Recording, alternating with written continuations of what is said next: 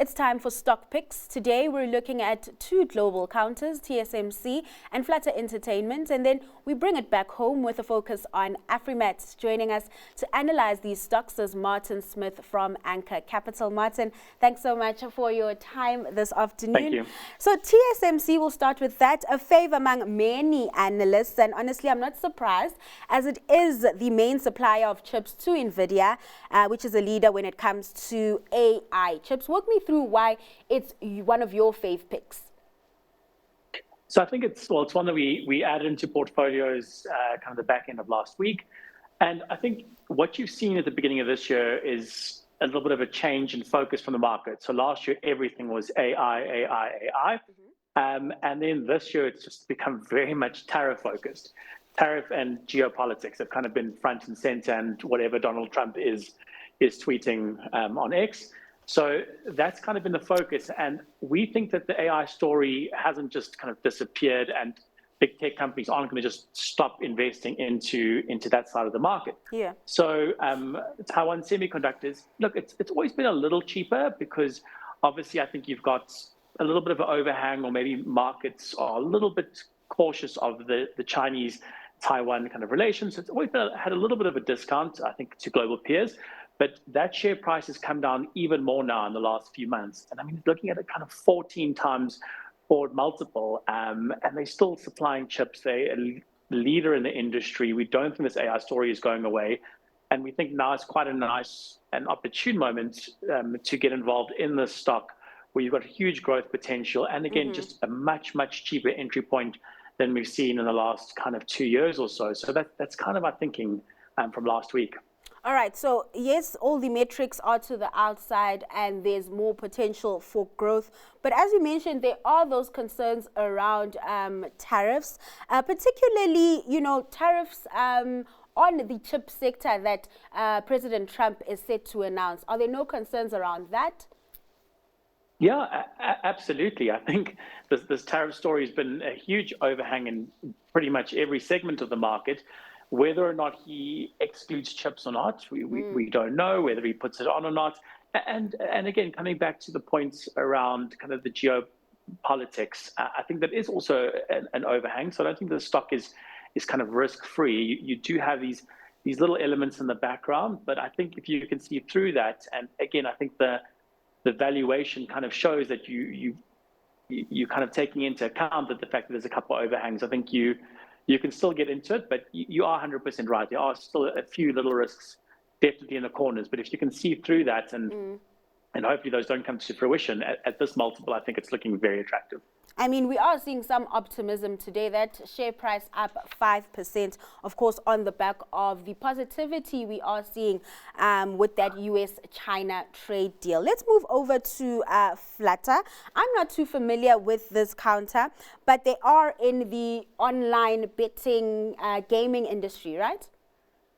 Yeah, absolutely. So, I mean, it's essentially kind of the holdco in a way, where they've got other businesses underneath them. Things like FanDuel is the big one in the States. A good competitor of theirs is something called DraftKings, which I'm sure you've heard of. Yeah. Other companies that they have are things like Paddy Power, which you've also probably heard of. So yeah, like you said, online betting, you can go bet that Manchester United will win the Europa League against Spurs next week, if that's your flavor.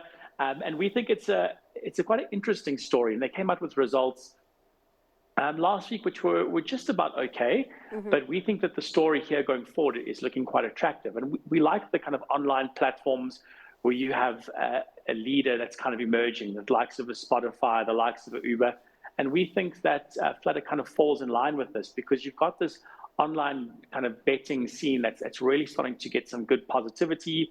The business itself has got a bit of an inflection point from a profitability perspective. So it's really starting to kind of turn that corner. And as you're seeing that online betting is getting more legalized in more states in the US, that's also going to be quite a nice kind of growth and kind of market share kind of improvement for them, because at the moment it's been a scramble for which player can get the most market share the most quickly. And like I said, Flutter and DraftKings are the two in the States that are really starting to kind of take center stage and lead in that respect. Why we like Flutter a bit more than DraftKings is because Flutter's got a bit more exposure to kind of the global the global scene. So they've got other emerging markets and other players. But we think it's looking quite interesting and one that's really starting to turn a bit of a corner.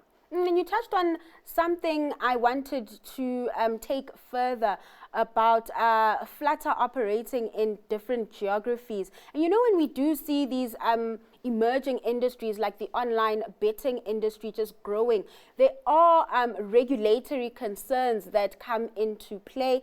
And you talked about those results. We saw what happened in Brazil, where revenue was under pressure because of some regulatory concerns. How have you, what have you made rather of how it's been able to navigate some of these regulations moving into the industry? I mean, that's a great question. And kind of one of my bullet points, and I was just jotting down a few notes earlier, was just that you do also have that risk of changes in legislation, changes, especially maybe in the way that it's taxed in places like the US.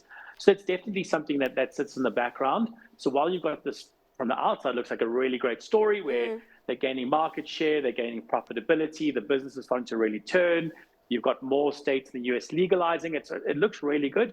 But like you mentioned, that's definitely, with any stock, you've got kind of underlying, also overhanging kind of risks and things to consider. And that's definitely one of them, that the legislation may change, the way that these businesses are taxed, especially in the States, also might change. So I think it's just one that you've got to keep a close eye on it. It's not just kind of this blue sky kind of potential, but that is definitely one of the things to keep a close eye on and see if it does change. All right, let's bring it back home with your last stock pick being Afrimat. Looking at that recent trading update, not looking good. The group dealing with cement market challenges as well as changes in the iron ore market. Why are you seeing a value in Afrimat, Martin? So, I mean, same like Taiwan Semi is, we think it's a lot of like kind of bad news been priced in, and I think it's quite a nice entry point as at today. And you're 100% right that trading updates didn't read particularly well. And we know that the results that are coming out, it's either this week or next week, aren't going to read well. And in some ways, it was a little bit of a perfect storm for Afrimat. You had issues out of the kind of ArcelorMittal iron ore story for them, where Arcelor kind of halted requests for orders for iron ore. You had the Lafarge acquisition, which was loss-making, taking time to get over the line, and that also being a bit of a drag. And then you had the anthracite mines in Komati, which were also proving a little difficult. So in synopsis, very much a perfect storm for them. And that's reflected in the share price, down from kind of 75-ish to now like around about 50 today. So the share price is very much reflected that it hasn't been a good news story for the last while, but Afrimat's a business we've been following very closely for a long time. And the management team is excellent, and they're starting to turn things around in Lafarge. They are turning things around in the anthracite business, and you're also seeing a different kind of contract with ArcelorMittal insofar as iron ore is concerned. So they've really addressed all of these issues, and we think that there's some profitability coming back online in the kind of months that follow. So we think it's a very good entry point with a very good management team, with a very good track record, and things are going to start to turn from here. So a little bit of a turnaround story, but again, if you look at the track record of this business over the last 10, 15 years, these guys can do it. So I think if you want to get into Afrimat, now's quite a nice entry point. And just before I let you go, Martin, zooming in on that construction segment with the Lafarge acquisition, you did mention that it is a loss-making company and they are trying to turn things around there. Do you not think that perhaps Afrimat was too quick to make that bet on the construction sector, considering where we are as an economy? Yes, we have plans to boost infrastructure, but that not really being implemented as yet. Yeah, I mean, you made a lot of good points. And again, I'm going to say a good point from your side.